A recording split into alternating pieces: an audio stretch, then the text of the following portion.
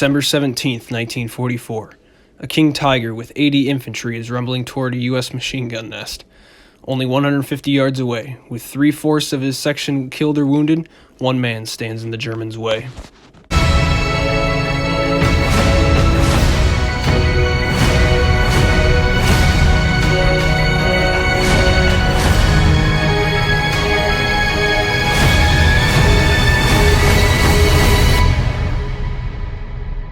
That man is Richard Eller Cowan, born in Lincoln, Nebraska in 1922. He grew up in Wichita, Kansas, where he enlisted in the Army in 1942.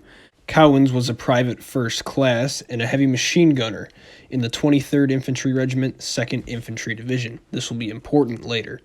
He was near Eisenborn Ridge on December 17, 1944, when the German attack started. The Ardennes Offensive, also known as the Battle of the Bulge. On December 16, 1944, the Germans would conduct their last major offensive of the war, striking in the weak Ardennes region like they did in 1940. The plan was simple: capture Bastogne, its crossroads, then the River Meuse, finally to the deep water port of Antwerp. This would cut the Western armies into two, halting the Allies' advance for weeks or even months. On the second day of attack, December 17, 1944, Private Cowans was in a foxhole on Eisenborn Ridge when the Germans attacked, supported with tanks.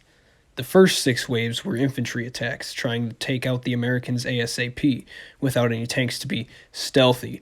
I'm using air quotes because gunfire is not that stealthy.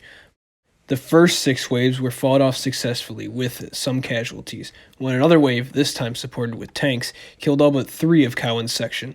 Cowans held his position until the rest of his section had a second line of defense, where he followed with his machine gun. Approaching him was a Tiger II, or King Tiger heavy tank, accompanied with approximately 80 infantry. He waited until they were close, about 150 yards, where he started firing a burst from his machine gun, which killed or wounded about half of the infantry supporting the King Tiger. Then an explosion rocked his position. The King Tiger was firing its main 88mm gun on him.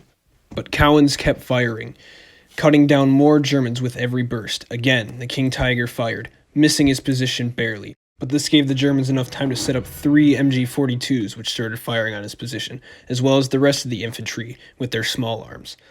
When another explosion shook his dugout, this time a rocket from a Panzerschreck or Panzerfaust. But he stayed in his position, laying down heavy fire on the enemy. Even after the order to retreat had been given, Cowans still laid down fire on the enemy. He was the last to leave.